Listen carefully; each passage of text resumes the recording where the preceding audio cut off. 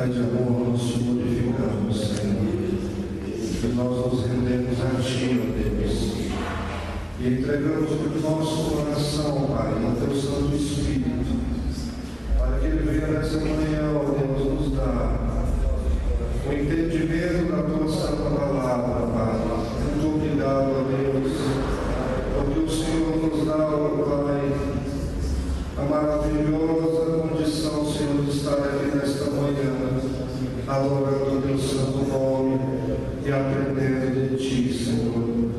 Em nome de Jesus, ó Deus, ilumina as nossas mentes e o nosso coração, para que nós possamos compreender a Tua palavra. Abençoe, ó Deus, o pastor Carlos, para que através do Teu Espírito Santo, ó Deus, ele venha semear em nossos corações e que a Tua palavra possa encontrar guarida em nossas vidas e que ela venha nos transformar, ó Deus, para que nós possamos ter o caráter de Cristo e que nós possamos ser regenerados pelo Teu Santo Espírito. Nós oramos agradecidos a Deus em nome de Jesus.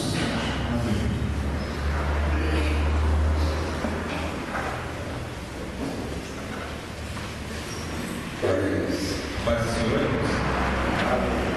vamos dar continuidade no nosso estudo de Marcos, agora no capítulo 4.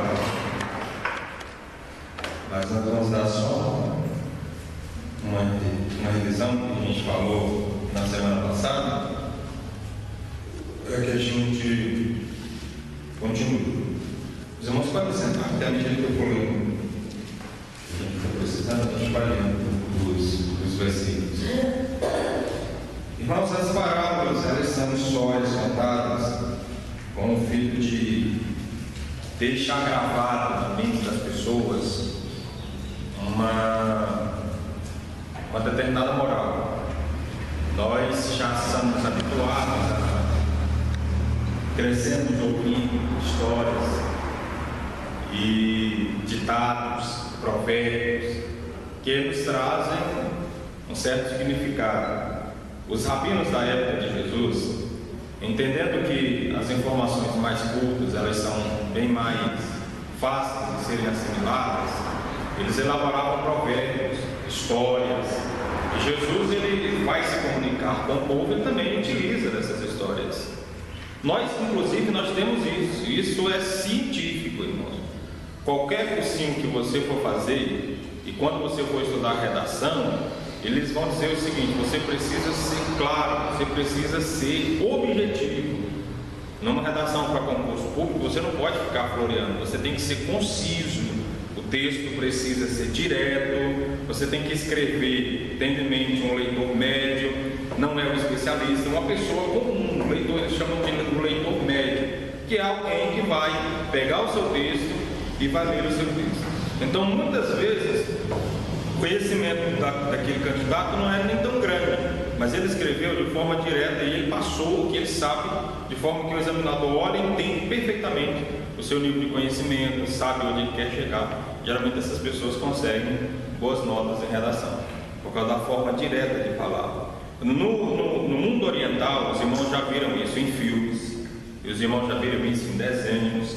Eles são muito apegados a histórias, eles são muito apegados a provérbios, eles são muito apegados a essas palavras pequenas, essas palavras curtas, porque elas causam um efeito mais duradouro na mente da pessoa. Você grava as informações, os provérbios com muito mais facilidade do que um grande texto expositivo.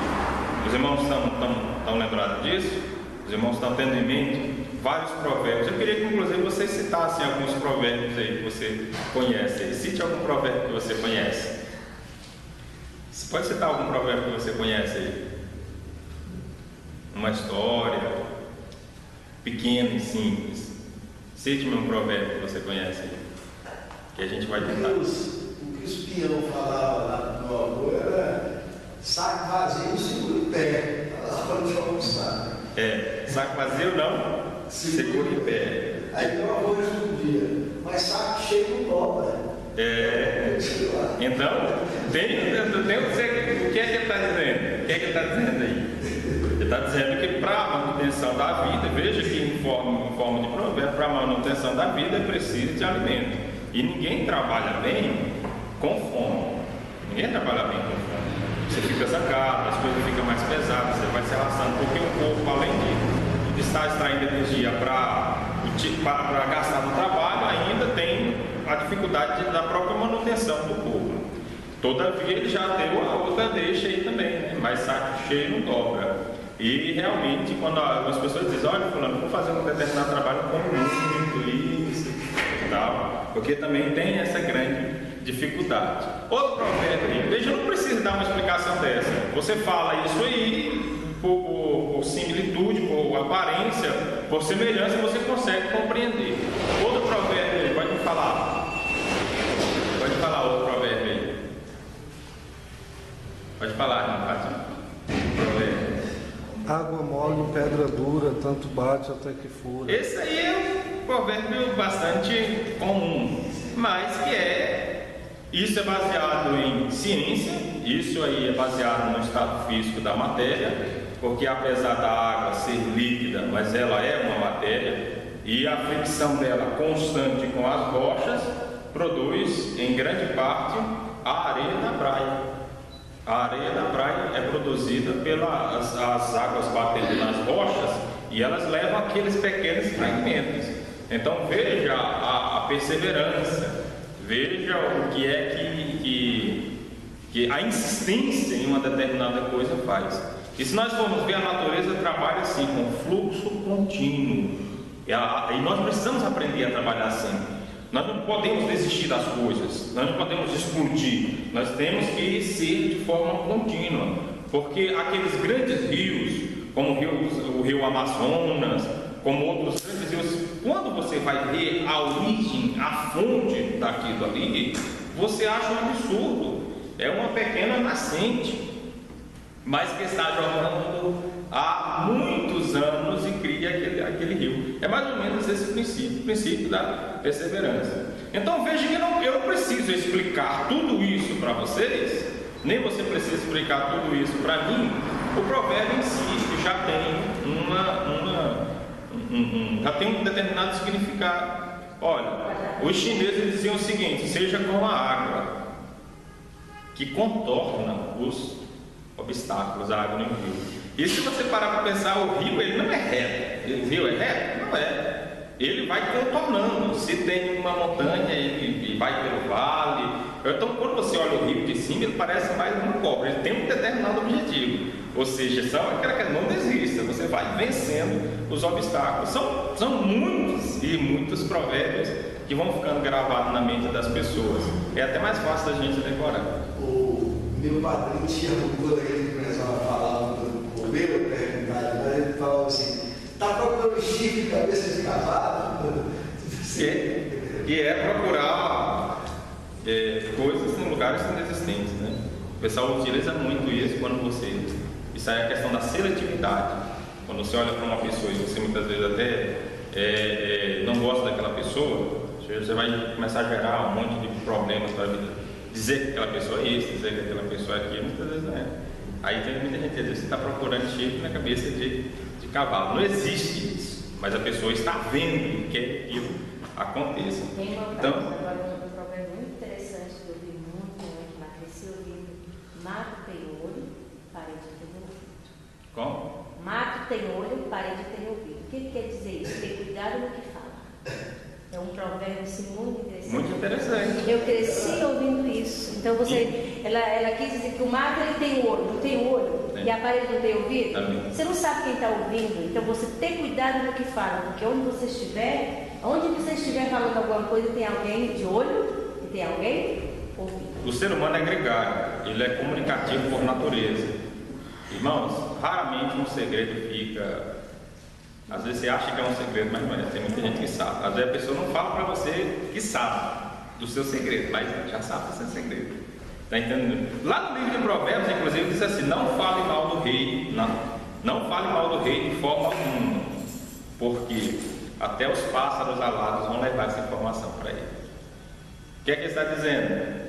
Meu amigo, falar ainda mais de uma autoridade, aí é que, como diz o outro, o bicho pega, né? tem um monte de olheiros, tem muita gente que quer observar, até para receber o favor do rei. Então veja que são ditados simples e que nos dá o mundo ocidental. Ele não é muito dado a provérbios. Ele não é muito dado a provérbios. Os provérbios são utilizados pelos antigos. E se você parar para pensar, a região que mais utiliza provérbios é a região ali do Nordeste, região do Norte, onde as pessoas são mais simples. Então, para facilitar o aprendizado, eles diminuem, eles resumem um determinado sentido moral no provérbio. Então, o que Jesus faz, irmãos, é exatamente isso: é contar a história. A gente recebeu o Evangelho e recebeu as verdades divinas através de pequenas histórias. Isso já é uma lição para qualquer pregador, para qualquer ensinador. Você precisa descer ao nível dos seus ouvintes e falar na linguagem dele, para que ele compreenda o que você está falando. Porque uma comunicação onde ninguém entende nada não é comunicação, é apenas um monólogo, apenas uma pessoa falando e outras não estão entendendo. Então, para que haja sucesso na comunicação, você precisa descer a linguagem dos ouvintes. E Jesus é o mestre por excelência por nos ensinar que verdades divinas podem ser faladas através de histórias de pescador. Lá no Marcos você aprende muitos princípios morais através de histórias de pescador, histórias de jumento, né? Histórias de peixe, histórias de animais, a forma como você planta. Foi isso que Jesus está fazendo quando ele está diante de uma grande multidão, só que essa multidão é heterogênea. Jesus não está falando para doutores, ele está falando para os mais pobres da sua época. E se ele ama aquelas pessoas, obviamente ele vai descer ao nível dela e ele vai falar através de histórias de pescador. A parábola do semeador, nós temos esse nome muito bonito. Isso não vamos dizer assim, o que é sagrado. O nome disso não é o que é sagrado. Isso foi que algumas pessoas colocaram para identificar o texto. Está entendendo? No texto original, inclusive, nem existe essas palavras assim, a parábola do semeador, né? A comparação com a história do semeador. Não existe isso. Então a história foi contada. Jesus aí vai começar a falar o Evangelho através de uma história. Vamos ler essa história? Primeiro ele diz assim, Marcos capítulo 4, versículo 2: e ensinava muitas coisas por parábola e lhes dizia na sua doutrina: ouvi. Vocês já viram muitos pregadores aqui falar assim, preste atenção. Vocês já viram muitos pregadores dizer assim, irmãos, agora vamos refletir. Ou irmãos, agora você não fala com o vizinho do seu lado. Ou não faça isso, não faça aquilo. Qual o objetivo desse pregador? Chamar a atenção. Chamar a atenção. Em qualquer comunicação é preciso que o receptor esteja atento. Só que é possível você ouvir e ao mesmo tempo não ouvir. É preciso que haja uma disposição mental. Preciso que haja um objetivo. Quanto mais concentrado você estiver em algo, mais você vai fazer aquilo com perfeição. E principalmente no ouvir, você vai refletir, você vai entender. Jesus, em várias ocasiões, e eu queria que vocês estivessem em 5.000 pessoas ao seu lado, e não era fácil para você atrair a atenção dessas pessoas. Vamos estar conversando. Vocês já viram quando se reúnem, né? Muitas vezes se reúne os irmãos aqui depois do culto, a gente quer fazer uma reunião. Às vezes tem 8 pessoas aqui na igreja falando, faz um barulho, irmão, doido. A gente quer falar e fica essa competição. Então Jesus sempre chamava atenção, porque para se aprender as coisas é preciso que haja disposição. Quantas vezes o professor, antigamente o professor tinha uma régua grandona, que aí batia na mesa assim, fulano, chamava a atenção daquela pessoa. Eu às vezes até batia a classe e já parava. Hoje não, se ele fizer isso, ele pode até ser processado, né? Porque está intimidando as pessoas por atentar contra a dignidade do ser humano, não é? Ou forçar o ser humano a ouvir o seu discurso. Se existe uma liberdade de crença, de pensamento. Hoje o negócio ficou bagunçado. Mas antigamente ele chamava a atenção dos alunos. Exatamente porque ele sabe que se no final do mês aquela pessoa não prestar atenção, vai ser 0 lá na prova. Não é assim que acontece? Sim ou não, irmão? Como disse os nossos irmãos lá na Universal. Sim ou não? É assim que acontece. Então Jesus está chamando a atenção. Em outros lugares ele utiliza também um ditado rabínico: que aquele que tem ouvidos para ouvir, que ouça. É a mesma coisa. Aí muitas vezes a gente que não está dentro dessa cultura oriental, que não está dado a refletir, e hoje a nossa cultura rápida, apressada, informatizada, automatizada, não tem deixado tempo para a gente refletir. Nós fomos ensinados desde criança a viver correndo. A gente geralmente não para refletir nem o que a gente está fazendo. A maioria das coisas que a gente faz já são feitas de forma totalmente automáticas. De forma totalmente automáticas. Em muitas coisas você nem presta atenção para ver o que você está fazendo. Então Jesus está chamando a atenção para a gente parar e para a gente ouvir, prestar atenção. Essa parábola que ele vai falar vai abrir um leque de outras parábolas, e essa é muito importante porque isso demonstra o que é o coração humano e como o coração humano tem que ouvir a palavra de Deus. Esse ouvir. Eis que o semeador saiu a semear. E aconteceu que, semeando ele, uma parte da semente caiu junto ao caminho, e vieram as aves do céu e a comeram. Quando a gente observa a nossa forma de plantar, a gente acha um pouco de dificuldade. Porque como é que a gente planta aqui no Brasil, no mundo ocidental? Como é que a gente faz no nosso plantio? Alguém sabe aqui como é que a gente faz o nosso plantio? A gente primeiro acha a terra, deixa a terra bem fofinha. Se precisar, se a terra não for muito boa, você fertiliza a terra, você coloca materiais fertilizantes nela, remexe. Quando ela está bem fofinha, aí você vai cavando covas. Você cava covas, coloca a semente lá dentro e cobre. Não é mais ou menos assim? Isso já é uma precaução contra esse problema que é causado. Mas algumas pessoas na Palestina não plantavam assim. Algumas pessoas na Palestina, eles jogavam as sementes de forma irregular. E quando jogavam as sementes de forma irregular, até porque o que eles plantavam aqui, a maioria deles plantavam, era trigo.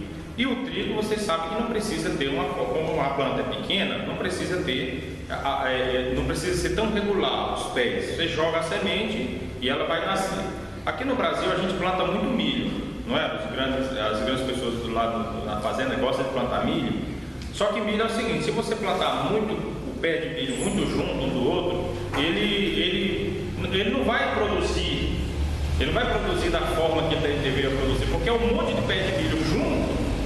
Né? Quando ele vai crescendo, ali tem pouco material para todo aquele milho junto, então fica aquela espiga mirrada. Então geralmente os pais aconselhavam: olha, planta 3 milhos, planta 4 milhos, porque um daquele não vai vingar, o outro a ave vai comer e o outro vai crescer. Então o objetivo era de ter pelo menos um pé em cada covinho. Vocês estão compreendendo? Mas é necessário, então o nosso método é diferente.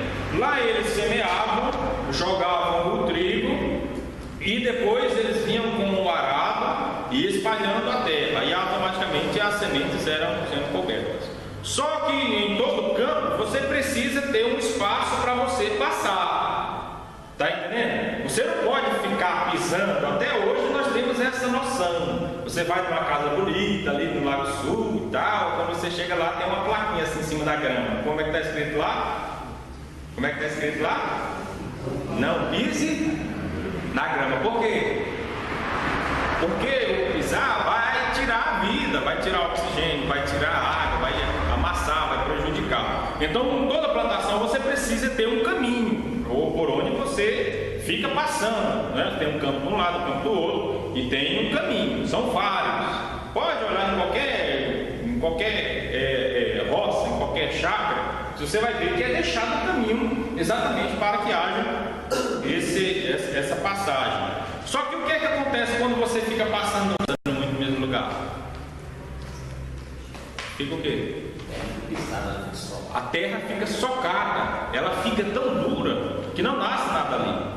É isso que cria as veredas. Alguém passa por ali e outro vem atrás e vai passando até que cria uma vereda. Fica tão duro que não nasce nada ali.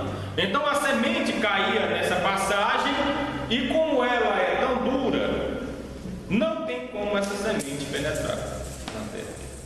Então Jesus estava utilizando o conhecimento comum da época para ensinar uma grande verdade. Lá na frente ele vai ensinar isso. A segunda semente, e aí obviamente semente do lado de fora, porque os animais primordialmente se alimentam de quê? Se alimentam de quê os animais? Principalmente as aves do céu, se alimentam de quê?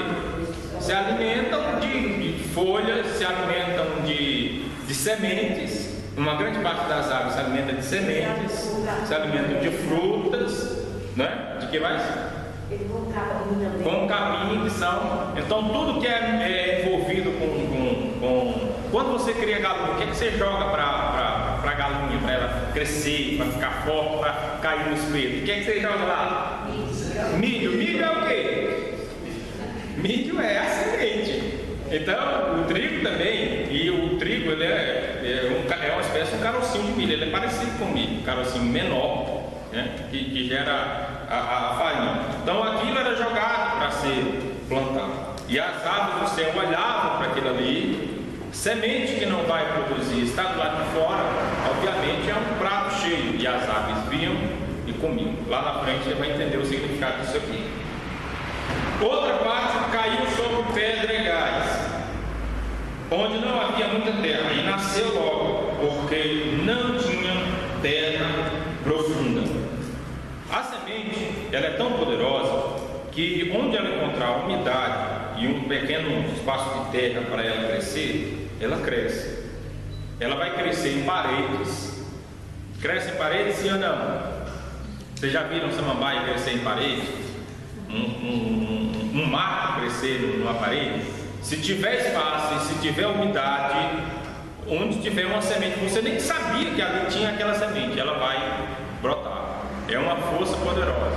Então aqui havia algumas regiões na Palestina que embaixo tinha muita pedra, em cima era terra normal, você olhava, era terra normal. Inclusive quando alguém vai comprar um campo, quando alguém vai comprar uma roça, que o objetivo dele é plantar, ele cava alguns buracos para saber se a terra tem muito cascalho, se a terra é cheia de pedras, porque ele sabe que daquele lugar ali, com raras exceções, que tem plantas que gostam desse tipo de lugar, mas geralmente essas plantas mais comestíveis aí, elas precisam de um terreno mais fofo, mais úmido. Está entendendo? Onde existe muita pedra, eles não gostam de comprar. Está dando para vocês entenderem? Isso aí é coisa comum. Vamos lá. Agora o que é que acontece? Quando a semente cai naquele lugar, a semente ela tem um objetivo. Ela busca inicialmente, ela cresce para baixo, ela vai criando raízes. Inicialmente ela se fixa no solo. Depois que ela se fixa no solo, aí ela começa a crescer, como diz o outro, crescer para cima. Existe inclusive uma espécie de bambu que é muito utilizado nas palavras motivacionais, aí, o bambu chinês, que diz que ele passa mais de 20 anos sem crescer. Você passa 20 anos, você plantou ele passa muitos anos sem crescer. Depois que ele se firma, aí ele começa a crescer e durante um ano ele cresce um tamanho maior do que se ele estivesse crescendo todos aqueles anos continuamente. Aí vamos explicar o que acontece. É que ele passa cerca de, eu não me lembro a quantidade de anos, mas ele passa vamos dizer, 90% do tempo da vida dele de crescimento fincando raízes. Então ele vai descendo. São 5 anos. E aí o 6º ano é que ele cresce o período. São 5 anos. Ele passa, você olha e parece que ele não vai dar nada. Mas ele está descendo, está fincando raízes. E aí no 6º ano é que ele cresce, você olha assim, você nem acredita a forma rápida como ele cresceu. O bambu chinês é muito utilizado. As pessoas dizem, você então tem que ser como o bambu chinês, você tem que produzir, se aprofundar e tal. E aí, quando chegar o momento certo, você vai explodir. Isso aí é da Roquem, na Polishop, o pessoal utiliza muito esse sal de bambu chinês. Exatamente, mas todas as plantas têm essa característica. Olha, aí eu quero que vocês entendam o que Jesus está falando. Você vai chegar em casa, você vai procurar um lugar onde tenha um pezinho de feijão.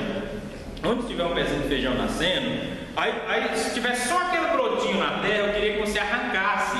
Quando você arranca ele, você vai perceber que ele já está grande, ele já está cheio de raízes. Agora que ele saiu da terra, mas ele já está cheio de raízes. A planta está, e é uma forma dela entender, ela está descendo. Chega um momento em que ela não tem como mais descer, porque tem pedras. E aí, obviamente, ela entende que é hora de crescer. E aí começa o seu desenvolvimento. Tá? Mas o que é que acontece?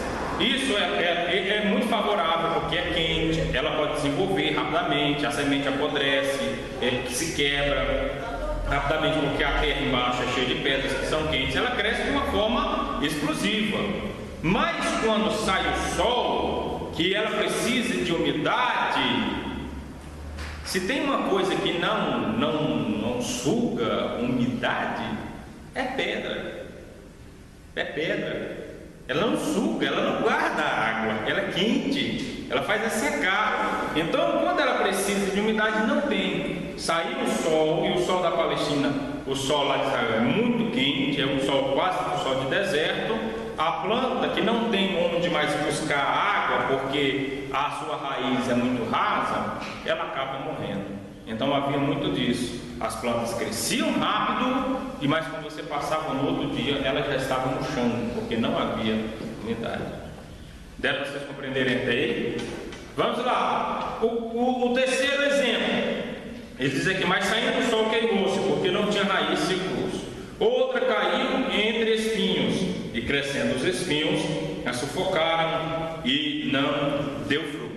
Essa terra aqui, ela caiu numa terra boa também. Ela caiu também numa terra boa, até porque tem outras plantas. Mas são aquelas, do lado do campo, sempre fica aqueles matos, tem algumas plantas que são espinhos. Quando a planta vai nascendo, os espinhos obviamente vão crescendo junto também e vão tomando a sua forma. A gente já viu muito isso, por exemplo, um pezinho de tomate, um tomate que você planta e aí ele acaba nascendo entre uma torceira de espinho. Você vai ver que os dois conseguem se desenvolver, mas quando você vai ver, o tomate ele sai todo estragado, porque os espinhos vão ferir a planta, ela vai ficar toda defeituosa. E aí geralmente dá frutos, fica aqueles tomates velho que apodrece rápido, fica aqueles tomates velho todo rasgado, e aí não dá para você comer. Fruta que nasce entre espinhos não dá para você comer. Até porque fica difícil, né? Você extrair também aquela fruta de lá de dentro. Sim ou não? Aquela torceira de espinhos. Então vamos lá. Caiu e sufocaram e não deu fruto, porque os espinhos eles vão ferir a planta, e a planta precisa de um elemento muito importante chamado seiva, que aquelas raízes lá embaixo é uma das indústrias mais poderosas do mundo. Ela pega sal, ela pega alguns minerais, ela pega água e transforma aquilo ali num produto alimentar. A planta precisa daquilo. Quando vai subindo, que é para transferir para todos os galhos, o caule, as folhas, se tiver furos, porque a planta é uma tubulação, se tiver furos, tiver como impedir a passagem daquela seiva, ela vai acabar morrendo também. Vai ter galhos que vai acabar morrendo também. Vocês estão compreendendo? Então isso acontece, o espinho tem essa função. Então a planta fica defeituosa. Para ela ficar vivendo, para ela permanecer viva, ela vai gastar tanta energia que ela não vai dar fruto. Outra caiu em terra boa. Então o que é terra boa? Terra boa é exatamente a terra que é o contrário dessas outras três aí. Então uma terra boa é uma terra fofa, Uma terra boa é uma terra que não tem pedras, e uma terra boa é uma terra que não tem espinhos. Não é assim? Então é uma terra própria para aquilo. Isso aí Jesus está dizendo mais uma vez a disposição que os corações têm que ter para ouvir a sua palavra. Antes que você se mova por qualquer coisa, o seu coração precisa estar apaixonado por aquilo. Sim ou não? Antes que você faça, antes que você tenha algum objetivo na sua vida, o seu coração já precisa estar naquilo muito antes. Muitas vezes está dormente, inclusive, um sonho dormente. Eu vou fazer isso. Você não tem condições, mas você vai trabalhando a sua vida, você vai atalhando a sua vida para chegar a esse determinado objetivo. Então, antes que a sua mão se mova, o seu coração já precisa estar apaixonado por aquilo, senão a coisa não vai dar certo. Não é isso? Quem aqui quer ser jogador de futebol? Quem aqui quer ser jogador de futebol? Alguém aqui quer ser jogador de futebol? Vocês vão perceber uma coisa muito interessante, que os maiores jogadores de futebol são exatamente aqueles que de alguma forma, desde criancinha, eles já se apaixonaram por aquilo. E aí, tudo na vida deles é voltado para aquilo. É a maior luta. É por isso que tem muitos jogadores de futebol que não são pessoas letradas, não são pessoas formadas. Por quê? Porque desde pequeno o tempo dele todo era envolvido com aquilo. Toda hora a mãe tinha que buscar ele lá na quadra, buscar ele lá no campo, porque o menino não queria fazer dever, não queria fazer isso, não queria fazer, só queria jogar futebol. Então isso aí geralmente essa pessoa vai dar um grande jogador no futuro, né? Com essa violência que está aí, eu acho que esses meninos que já desde pequeno que gostam de ficar batendo nos outros, eu acho que futuramente vai ser um grande profissionais do UFC, de pancada nos outros também, né? Tem muito disso agora. Eu queria que você entendesse disposição para ouvir. Jesus está dizendo sobre destinos espirituais. Como a palavra é escutada pelos seres humanos. Quem são os seres humanos quando é anunciado a palavra?